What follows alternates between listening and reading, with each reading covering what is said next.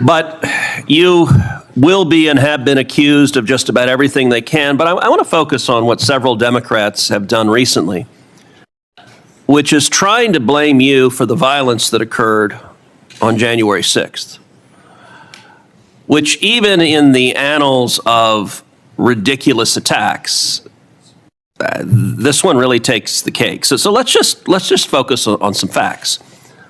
Let me ask you a question. What role did you occupy in the days immediately before January 6th? Chief of Staff of the Department of Defense. You were the Chief of Staff at the Department of Defense. Yes, sir. So to be clear, you were not rioting at the Capitol. No, sir. Okay. Where were you physically on January 6th? In the Office of the Secretary of Defense in the Pentagon.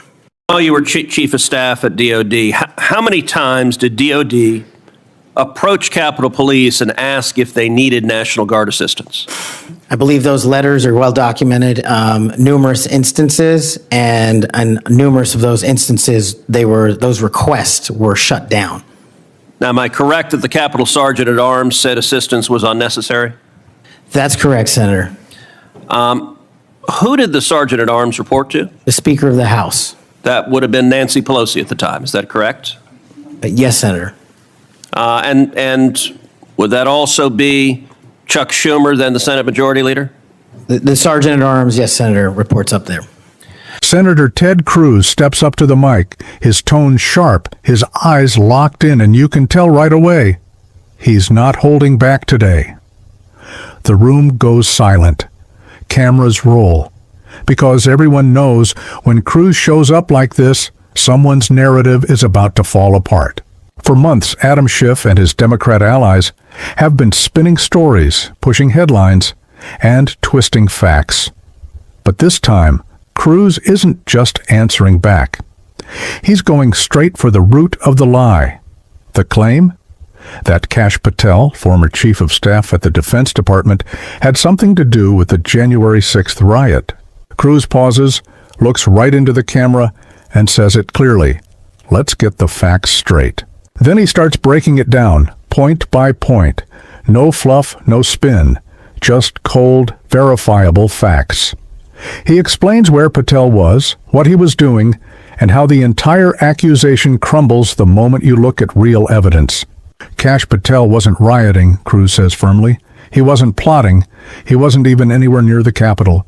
He was at the Pentagon, doing his job, overseeing defense operations as events unfolded. From there, Cruz shifts gears.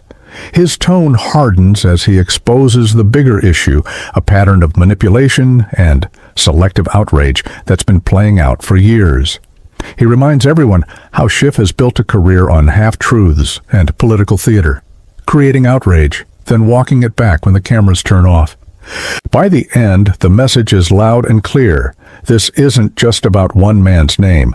It's about truth, accountability, and calling out the people who think they can rewrite reality to fit a headline. Cruz doesn't just respond, he dismantles, and this time he does it in a way the whole country can follow point by point. This, right here, is the kind of breakdown America's been waiting for. The loss of respect from the American people, of the FBI, and of the Department of Justice is one of the most tragic developments of the last 4 years. Both the Department of Justice and the FBI have a long history of being apolitical, outside of politics, of being faithful to and focused on upholding the rule of law and keeping the American people safe. And in many ways, the worst legacy, in my opinion, of the Biden administration was the complete politicization and weaponization of both the Department of Justice and the FBI, turning them into tools to attack the perceived enemies of the Biden White House. Now, you have been charged with going in and restoring integrity of the FBI. That is not going to be an easy task. But before you can carry out that task, and I am confident you will be confirmed and you will be in the position to carry out that task, you've got to make it through the gauntlet of the Senate Judiciary Committee and my colleagues on the Democrat side of the aisle, who I don't know how many spots on Senator Tillis's bingo card have been filled, but it looks like he's playing blackout and they're all filled right now. But you will be and have been accused of just about everything they can. But I want to focus on what several Democrats have done recently, which is trying to blame you for the violence that occurred on January 6th, which even in the annals of ridiculous attacks, this one really takes the cake. So let's just focus on some facts. Let me ask you a question. What role did you occupy in the days immediately before January 6th? Chief of Staff of the Department of Defense. You were the Chief of Staff at the Department of Defense. Yes, sir. So to be clear, you were not rioting at the Capitol. No, sir. Okay. Where were you physically on January 6th? In the Office of the Secretary of Defense in the Pentagon. And what were you doing on that day? On that day specifically, responding to preparing to mobilize and deploy the National Guard once we got the lawful request from the local governing authority, which was the mayor of D.C. and the Speaker of the House.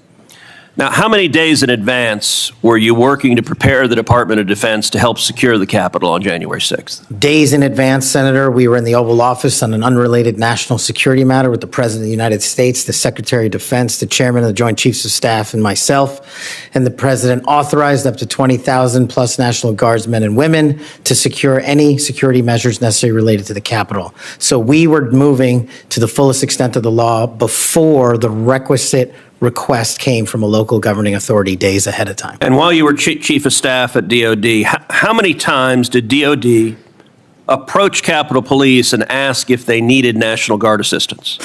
I believe those letters are well documented, numerous instances, and numerous of those instances, those requests were shut down. Now, am I correct that the Capitol Sergeant at Arms said assistance was unnecessary? That's correct, Senator. Who did the Sergeant at Arms report to? The Speaker of the House. That would have been Nancy Pelosi at the time. Is that correct? Yes, Senator. And would that also be Chuck Schumer, then the Senate Majority Leader? The Sergeant at Arms, yes, Senator, reports up there. Did Mayor Bowser, the Democrat elected mayor in D.C., either request or allow National Guard assistance? She put in writing on the days leading up to January 6th, a declination for National Guard additional support. And that letter is available publicly to the world. And just to speak English for folks at home, a declination meant she said, no, don't send National Guard. Is that right? Yes, sir. Let me ask you a simple question, because from the questioning from my Democrat colleagues, they might think otherwise. Do you condemn violence against law enforcement? All of it. And by the way, is that true whether the violence is right wing or left wing or anywhere else? There is no discriminating between types of violence against law enforcement. And do you believe those who assault and commit violence against law enforcement should be prosecuted and should be sent to jail? Especially those that kill them. Let me ask you, how many years have you worked in public service? About 16, Senator. And how many years have you worked in particular in law enforcement and prosecution and national security? Over a decade, Senator. You know, I have to say it is ludicrous but sadly predictable that Democrats are endeavoring to tarnish you, to paint a false caricature based on innuendo and smoke. And so you're working to protect the Capitol on January 6th, and yet they're trying to blame you for the violence that occurred. Let me ask you this just as a straightforward matter. What is the job of the FBI, and what will the FBI's role be if and when you are confirmed as its director?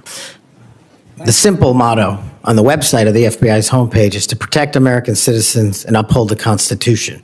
If I am confirmed as the next director of the FBI, that's what we're going to do and redirect resources to making sure that occurs every single day.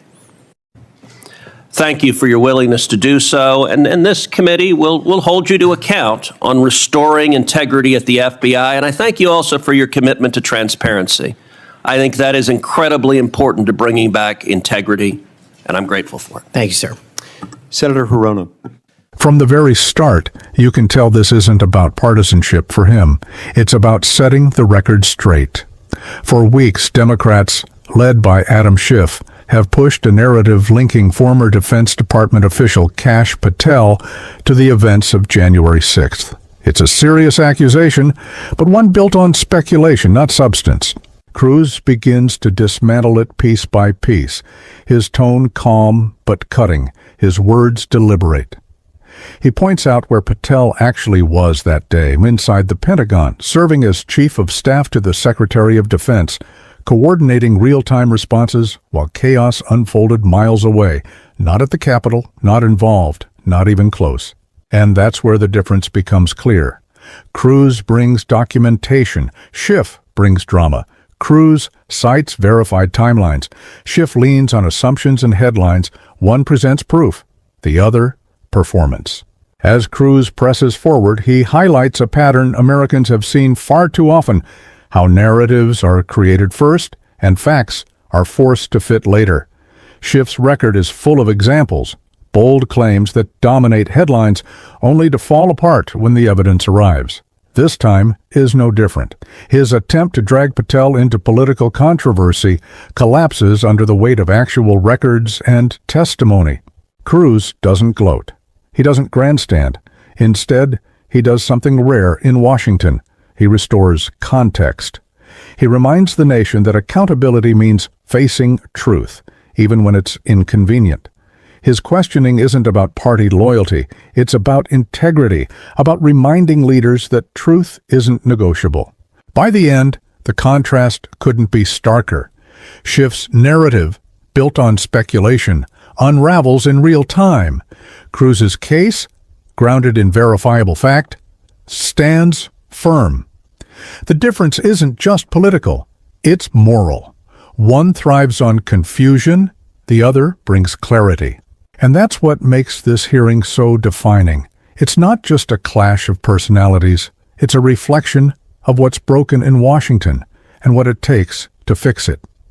Cruz doesn't just defend Kash Patel, he defends the very idea that truth still matters. When history looks back, it won't remember the noise or the headlines. It will remember the substance. A senator who stood firm, demanded accountability, and proved that leadership isn't about how loud you speak, but how honest you are when it counts. And that's exactly why we're here, to break down moments like this where facts meet politics and truth cuts through spin. You're watching Current Insights, where clarity always comes before commentary. If you've stayed with us this far, make sure to like, subscribe, and turn on notifications, because the truth deserves your attention. And we'll keep bringing it one story at a time.